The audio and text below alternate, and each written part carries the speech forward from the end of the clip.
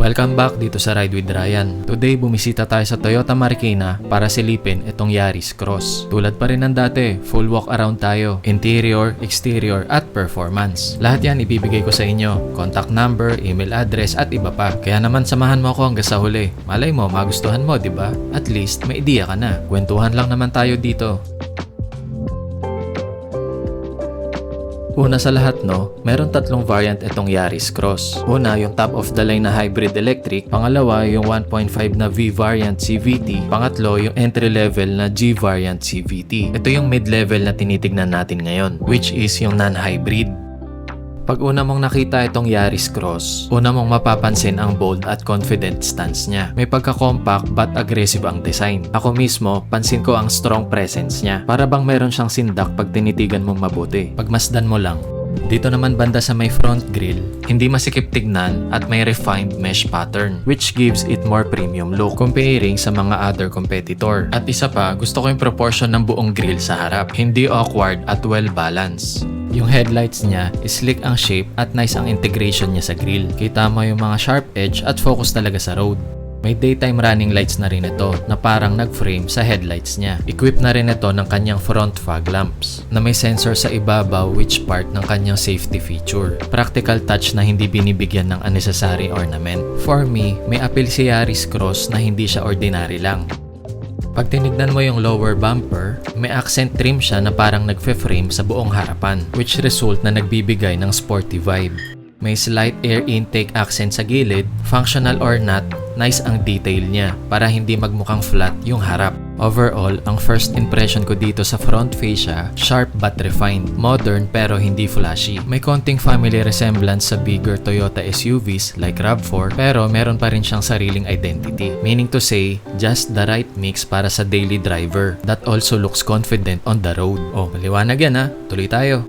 Sumunod naman natin tignan ay yung kanyang side profile. Pag tumingin ka sa side profile, agad mong mapapansin yung compact pero athletic stance niya. Hindi siya mukhang tall hatchback lang. May crossover attitude talaga sa katawan niya. Una, yung body cladding sa paligid ng wheel arches at yung lower door sills. Mas nag-aambag din ito sa rugged look niya. Parang handa siya pumasok sa medyong magagaspang na terrain. Kahit city focus naman siya. Yun naman sa may shoulder line, medyo malapad ang dating. Nagbibigay perception na mas planted yung stance niya sa daan. Dito lumalabas yung crossover character niya. Ang nagustuhan ko dito yung modern simplicity ng design. Hindi siya over-aggressive pero hindi rin siya boring. May silver accent sa gilid, combination ng mga matte black para sa clean two-tone look. Maganda ito para dun sa mga tao na gusto ng urban crossover look. May konting mga edge pero hindi naman sobrang komplikado. But definitely, eye-catching siya sa streets and highway. And of course, for additional protection, yung mga black body cladding na yan. Para dun sa mga maliliit na tilansik. Yung mga door handles ay naka-body color na. Tapos sa side mirror, power folding, power adjustable with side turn indicator. Sa tire specs, equip ito ng 215, 55, R18. Bridgestone tires ang gamit nito. Of course, sa harap ay naka-ventilated disc brake at sa likod ay naka-solid disc na din, which is better comparing do sa drum brake. Since 18-inch two-tone alloy wheels ito, para sa akin enough lang siya para hindi maging plain yung side view. Regarding naman sa overall dimensions, meron itong 4,310mm in length, 1,770mm in width, 1,615mm in height. At may wheelbase ito na 2,620mm. Yun naman sa ground clearance niya ay meron siyang 212mm. Enough lang para sa mga ganitong type na mga subcompact vehicle. Ang masasabi ko lang dito sa side profile, medyo similar siya sa Corolla Cross. At the same time, balance naman ang proportions. Slick and cohesive yung body lines from front all the way hanggang sa likod. Kung sa side profile may similarity sa Corolla Cross, dito naman sa likod ay may sarili na siyang design signature, especially sa shape ng tailgate at tail lamps. Maganda yung design layout ng taillights niya, parang gumagapang papunta sa side profile. Very cohesive yung design flow. Equip na rin naman ito ng LED tail lamps, brake light, signal light at reverse light. Pag umilalim ka ng tingin, continuous yung body cladding niya hanggang dito sa rear bumper. Medyo may konting rugged touch, especially yung lower trims na may skid plate design. Meron na din siya nitong reverse camera at equipped na din ng high-mounted stop lamp na naka-integrate dun sa spoiler. Sa spoiler, maganda yung combination ng mga black accent but still, na-maintain niya yung unique identity niya. Dito sa ibabaw, equip na rin naman na ito ng roof rail para dun sa mga third-party accessory na ilalagay natin. And of course, yung kanyang shark fin antenna. Kung safety and security lang din naman ang usapan, hindi naman magpapahuli ito. Dahil equip ito ng Toyota Safety Sense. Tulad na lang ng pre-collision system, automatic tracking assist, automatic high beam, lane keeping assist, at adaptive cruise control. May dalawang clearance and back sonar na rin naman siya para sa harap at sa likod. Labas pa yung kanyang ABS plus EBD or anti-lock braking system plus electronic brake force distribution plus brake assist. Sumunod naman natin tignan ay yung interior. Unang mapapansin dito ay yung overall layout ng cabin. Malinis, well-organized at clear ang design para sa daily usability. Manonotice din yung mga horizontal orientation na visually nagpapalapad ng cabin. Na sa palagay ko, nagkikreate ito ng more open and stable feeling habang nagdadrive. May leather wrap din sa paligid nito na kung saan mas nabibigyan yung interior ng more premium impressions compared sa ibang typical entry crossover. At the same time, consistent ang finish at pantay ang mga panel gaps. Kapag nakita nyo ito sa actual, try to appreciate yung interior. Baka magustuhan nyo din. Patungkol naman dito sa kanyang steering wheel, maganda yung grip na manibela nito sa akin at may thumb rest na rin naman. Sa left side nakaposition yung para sa audio button at iba pang mga track selection. Habang sa right side ay more on pang cruise control. Logical ang placement ng buttons. Hindi mo na kailangan maghanap ng controls habang nagdadrive. At the same time, tilt and telescopic naman na ang adjustment nito. Adjust mo na lang according sa driving position mo. At sasabayan mo pa ng 8-way power adjustable seats. Habang sa passenger side naman ay 4-way manual adjustable seats.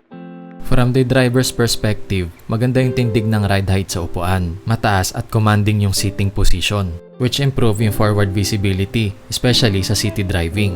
Maganda yung pagkaka-angle ng A-pillar niya na para sa akin ay less obstruction. Kitang-kita mo talaga yung hood para sa height na 5'7", which means may enough visibility ka para may reference point ka habang nagmamaneuver sa masisikip na area. Hindi siya yung humahaba yung leeg mo, matansya mo lang yung nasa harapan. And by the way, equipped na din pala ito ng paddle shifter at naka-EPS na din siya or electronic power steering. On top pa yung push start ignition system at yung smart keyless entry. Dito naman nakaposition yung sa kanyang traction control, collision mitigation system, saka yung sa automatic tailgate. Regarding sa infotainment system, equipped ito ng 10.1 inches display audio at may connectivity ito ng Apple CarPlay and Android Auto. May Bluetooth connectivity na rin at voice command. Total number of 6 speakers ang available dito, including na yung dalawang tweeter. At may 7 inches multi-information display. Meron na din itong wireless charging pad. Labas pa yung mga 12-volt socket at yung mga USB port na Type A at Type C. Sa air conditioning system, single zone automatic control. Medyo nagtaka lang ako dito kasi kung papansin ninyo, ang uso na ngayon ay dual zone automatic climate control. Dito naman banda sa may center armrest, mababaw lang yung pinaka-storage nito. Kung mabitin ka man, ilagay mo na lang doon sa may pinaka-cup holder niya. Sa loob, may 12-volt socket naman yan. Kung makulangan ka man, dito mo na lang ilagay dahil natitilt naman yung pinaka-cup holder niya. Check naman natin yung sa may glove box. Regarding naman dito, kapag binuksan mo, hindi rin naman siya kalakihan. Hindi rin siya maliit. Enough lang para mapaglagyan natin ng mga common documents dito sa loob para lang hindi tayo mawalan ng mapaglalagyan. Balik na natin. Dito naman sa may kanyang overhead, kapag binaba mo yung sun visor, equipped na din ito ng illuminated vanity mirror. Parehas na din yan dito sa driver side na equipped ng illuminated vanity mirror. Pero napansin ko parang wala siyang parking holder, which is okay lang din naman. And of course, yung kanyang pinaka-dome light. Lumipat naman na tayo sa second row seats. Dito sa second row, maganda yung back support niya para sa akin. So hindi ka basta mangangalay during your long trip. Bukod dyan, meron pa din naman silang center armrest dito sa second row seat na combination pa rin naman ng cup holder. Ang maganda dito, twin rear aircon vents at dalawa pang USB port na Type-C. Very practical, especially kung may pasahero ka sa likod. Mas madali nga naman palamigin lalo na sa tanghalin tapat. Makikita mo din agad na padded leather at soft touch materials yung armrest area, which is good dahil common touch point ito. May piano black trim na may horizontal line accent. Maganda siya tignan pero sa totoo lang, highly scratch prone talaga ang mga piano black, lalo na't madalas siya mahawakan, which is tolerable dahil normal talaga yan due to usage. Comfort wise, approve sa akin tong Yaris Cross. Lumipat na tayo dito sa likod. Para sa ganitong subcompact vehicle, masasabi ko na efficient ang layout niya. Una, yung cargo floor is adjustable, which is a thoughtful design. Pwede mo siyang iset sa upper position kung gusto mo ng flat loading surface, or lower position kung kailangan mo ng mas malalim na cargo space. May side storage pocket din sa kanan, helpful sa mga maliliit na kagamitan like tools, jumper cables, or emergency kit. Ito yung klase ng detail na hindi halata sa una, pero useful lalo na pag madalas kang mag-load ng malalaking bagay. And of course, sa ilalim ng cargo floor, nandun na yung spare tire, which is good enough na pang-abot lang talaga sa mga vulcanizing shop. Equipped na din ito ng retractable cover. Practical ito sa security at privacy, lalo na pag may mga bagay kang iiwan dito sa likod. Kung tanong mo naman kung kasya yung mga balikbayan box or luggage, yes, kasya dito. At may nakaabang na ng 4 na point na pagtatalian mo dito. Just in case na kailangan mo talaga ng cargo space, that's the time na ibababa mo na itong second row seats na 60-40 split. Functionality wise, madaling i-fold yung rear seat kapag gusto mong mag-expand ng cargo space. For me, well organized with practical compartment options. Flexible dahil sa adjustable floor and fold down rear seats. Hindi siya pang heavy hauling machine, but for most urban drivers and even weekend travelers, sapat na yung space niya.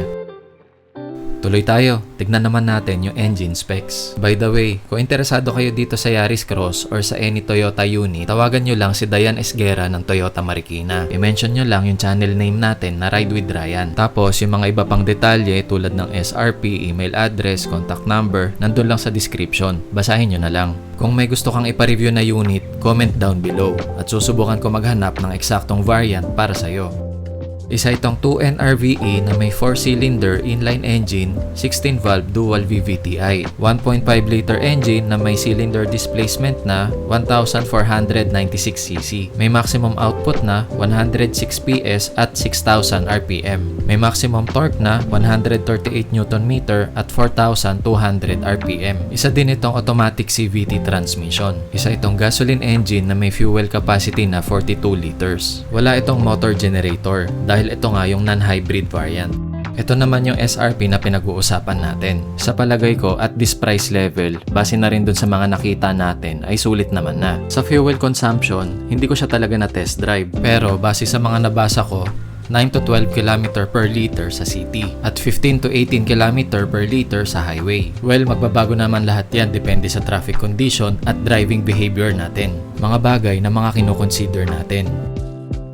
O paano? Napahaba na ata kwentuhan natin. Asahan kita next content ha. Thanks for watching. Bye-bye!